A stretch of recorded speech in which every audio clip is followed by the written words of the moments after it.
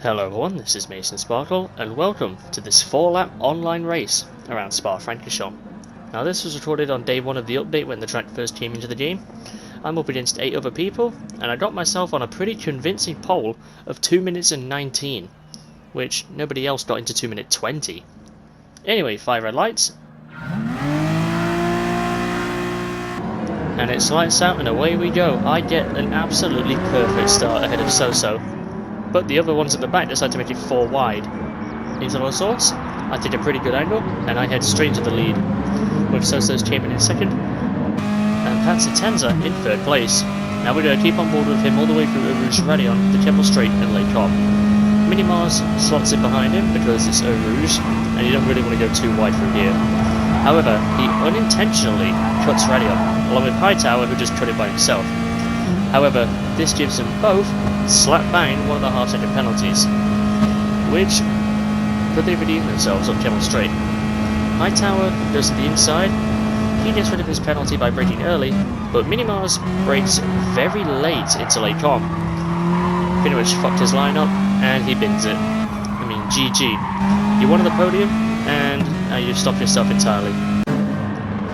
But me and Soso heading all the way through Ravage, now you can see that the new person on the block is Hightower. He's heading right behind Pat in what could become a very good fight for the podium.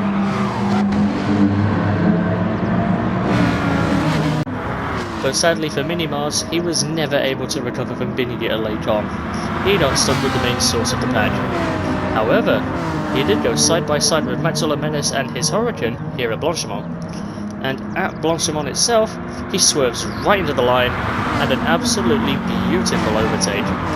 However, the Hurricane gets himself a penalty for going off the track on the outside, which I don't see why that's a thing, because you're going on the outside, you're losing time anyway. The penalty just gives you even more lost time. And the BMW lost it. Fucking BMW drivers. And nevertheless, we'll see Minimars, because higher up the pack, Hightower and Pat have a duel for third. Hightower takes him on the inside of Eau Rouge, but because of his loss of steering, he cuts Radion again.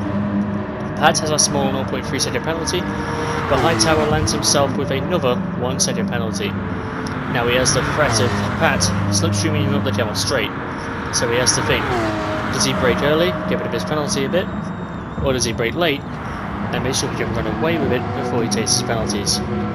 He decides to brake late, and by going wide on the exit of Lake Com, he sorts his penalty down a tiny bit, but can he run away with it?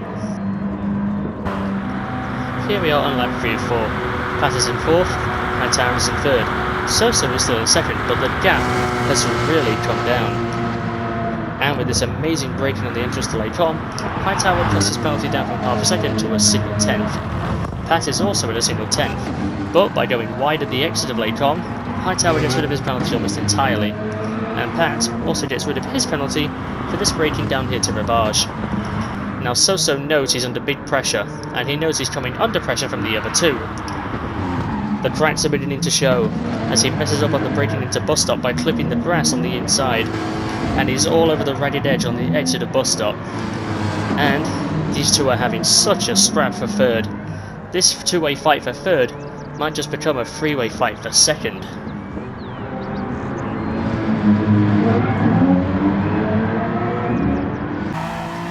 So now we ride on board with me as I cap off an absolute domination of a race from start to finish. Now the one thing I didn't notice is the leaderboard changing.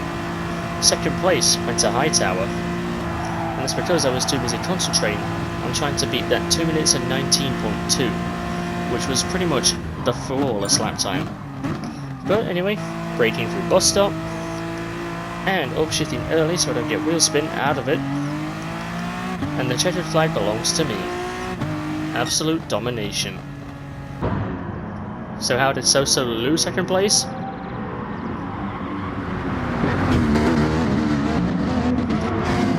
That's how.